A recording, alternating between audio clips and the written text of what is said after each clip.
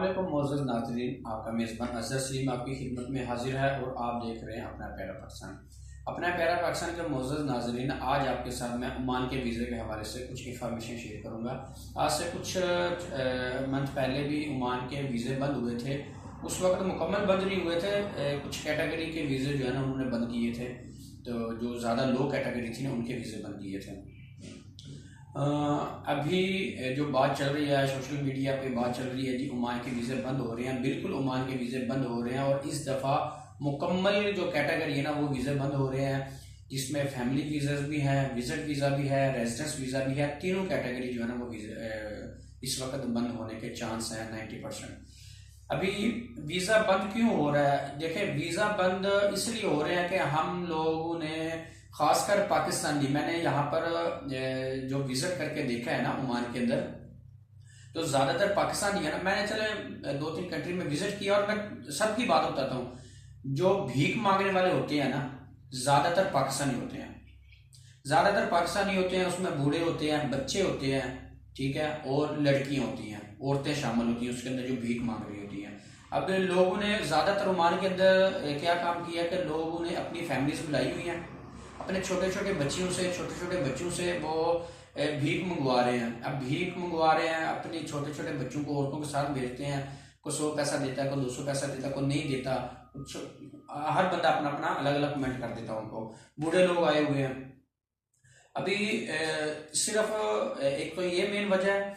दूसरी जो सबसे बड़ी वजह वो ये है कि यहाँ पर जो कंपनीज है ना वो इन्होंने सिस्टम कर दिया है कि जिस तरह का दुबई का है ना कि आम बंदा भी यहाँ पर कंपनी रजिस्टर करवा सकता है। वो फिर अपने वीज़े पे बंदे को बुलाएगा, वो खुद मुख्तार होगा, ठीक है। उसमें कोई कफील का बाप का किसी चीज़ का जो है ना वो लिंक नहीं होता।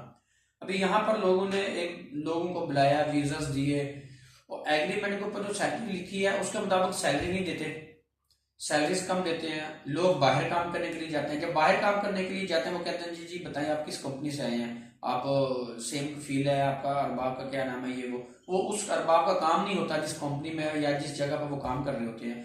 तो ये जो है ना कंप्लेनें बहुत ज़्यादा आई हैं। तो कोशिश करें कि आप उसी कंपनी का वीज़ा लेके आए जिस कंपनी में आपने काम करना है, ठीक है। आज़ाद वीज़ा होता ही नहीं है। आज़ाद वीज़े वाली जो बात है ना वो बिल्कुल गलत बात है, झूठ बात है।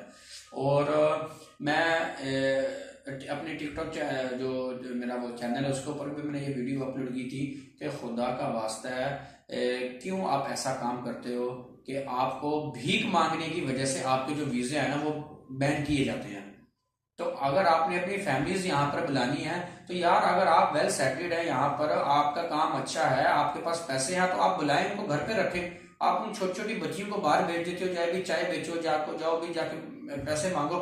इसकी वजह से वो ज्यादातर छुट्टे घूम रहे होते हैं, पुलिस घूम रही होती है, सीआईडी घूम रही होती है, उनको सबको पता चल रहा होता है कि यार ये बंदा क्या कर रहा है, ये बंदा किस कहाँ का है और ये कौन सा इसने यहाँ पर कारोबार शुरू किया हुआ है। और काफी पाकिस्तानियों ने तो बिजनेस शुरू किया हुआ है वहां पर।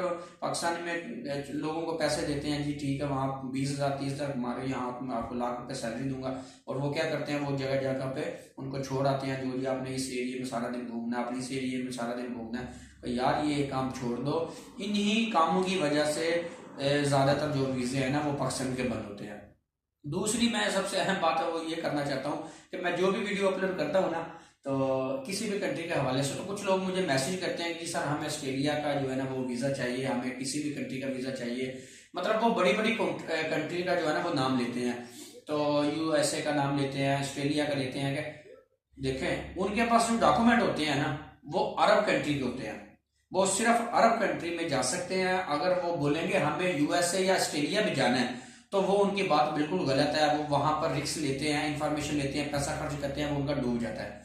तो जो लोग अरब के मुसाफिर है ना, जो लोग अरब जाना चाहते हैं या अरब जा सकते हैं, वो वहां का रिस्क ना लें। वो इस वजह से क्योंकि आप अपने पैसे डुबोएंगे और अपना टाइम जाया करेंगे। तो अरब के मुसाफिर ऑस्ट्रेलिया यूएसए की जो है ना वो इन्फॉर्मेशन के लिए मुझे मैसेज ना करें, क्योंकि वो जब अपनी वो बताते हैं ना कुछ अपने डॉक्यूमेंट वगैरह बताते हैं, तो अरब के अलावा उनको कोई ऐसी कंट्री नहीं है जहां पर वो जा सकते हैं। या तो वो लाखों रुपए लगाएं, करोड़ तक जाए, तो फिर जाके उनके कुछ चांस बनते हैं, अगर वो एजेंट उनको अच्छा मिल जाए तो फिर। तो खैर ये बात तो एक मैंने की है इसलिए क्योंकि कुछ दोस्तों का मुझे मैसेज आया था, वो कह रहे थे कि ऑस्ट्रेलिया की इन्फॉर्मेशन दो, पर वो थे अरब के मुसाफिर, तो इसलिए मैंने ये बात की है।